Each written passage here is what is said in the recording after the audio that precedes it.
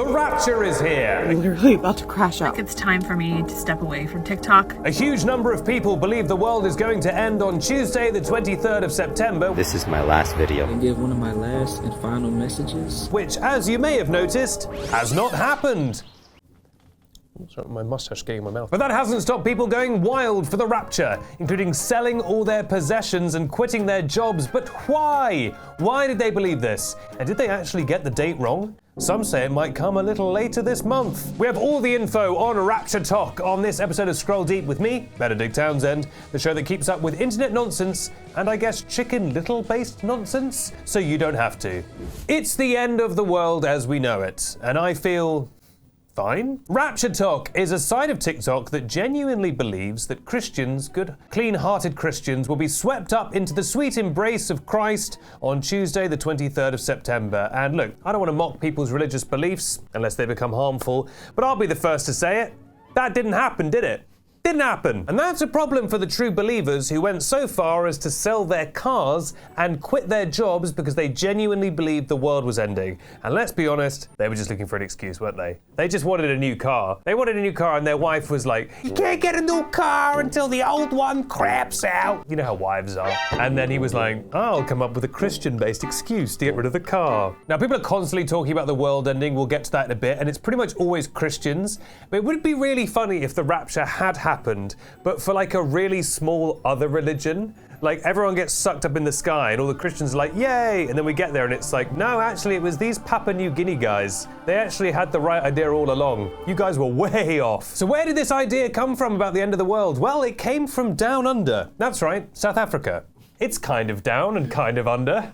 A South African pastor, what, frickin' Tagliatelle? No! A Jesus person claimed that he saw Jesus, the big man himself, in a vision that apparently he would be returning to the world on Rosh Hashanah, which is the Jewish New Year, which I believe is, I guess, like now. In an interview, he said, quote, "The rapture is upon us, whether you are ready or not." Ooh, I like that. I like the drama of that. He then gave his prediction a little bit of breathing room, classic, clarifying that the rapture will occur on the 23rd and 24th of September as well, or instead, which is a hashtag classic rapture move. People have been predicting the end of days for centuries, and they never like to be too definitive. They're always like, the world will end tomorrow, or October, or next year, or who knows, give me money. Now, the reactions to this have been pretty wild. Those who believe in it have been suffering from what many are calling a religious psychosis. I've been on Rapture Talk for like the past, I don't know, hour? Like, what if you really did only have a few days left with your kids?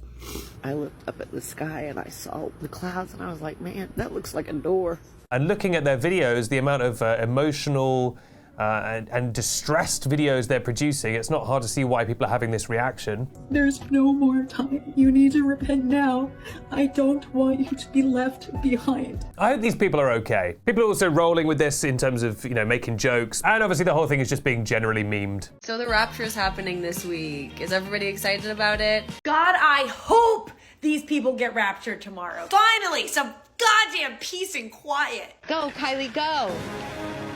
Good job, Kylie. You're doing amazing, sweetie. People are listing reasons why you didn't get raptured and have been left behind. Number one, you probably voted for Donald Trump. Liking Donald Trump, voting for Donald Trump, being a racist, bigot, not gonna get you raptured. It would be very funny to get raptured and meet Jesus and then find out that, shock, Jesus doesn't particularly like Donald Trump. Jesus is like, yeah, I love Donald Trump, a rich man who commits crimes. My favorite type of guy. There was also a trend of people preparing their houses for everyone else who's being left behind. Because part of this is that, the Christians are getting assumed and everyone else is getting stuck behind, which is lovely. It feels very Christian to be like, nah, nah, nah, nah, nah, you're all doomed. That's definitely what that whole book was about. Like, this person left behind a stack of Bibles. I wrote this in every single one of the books. So hopefully these books end up in the hands of people who will need them. I'm not really sure what you need Bibles for after the rapture's already happened. That feels like you've kind of,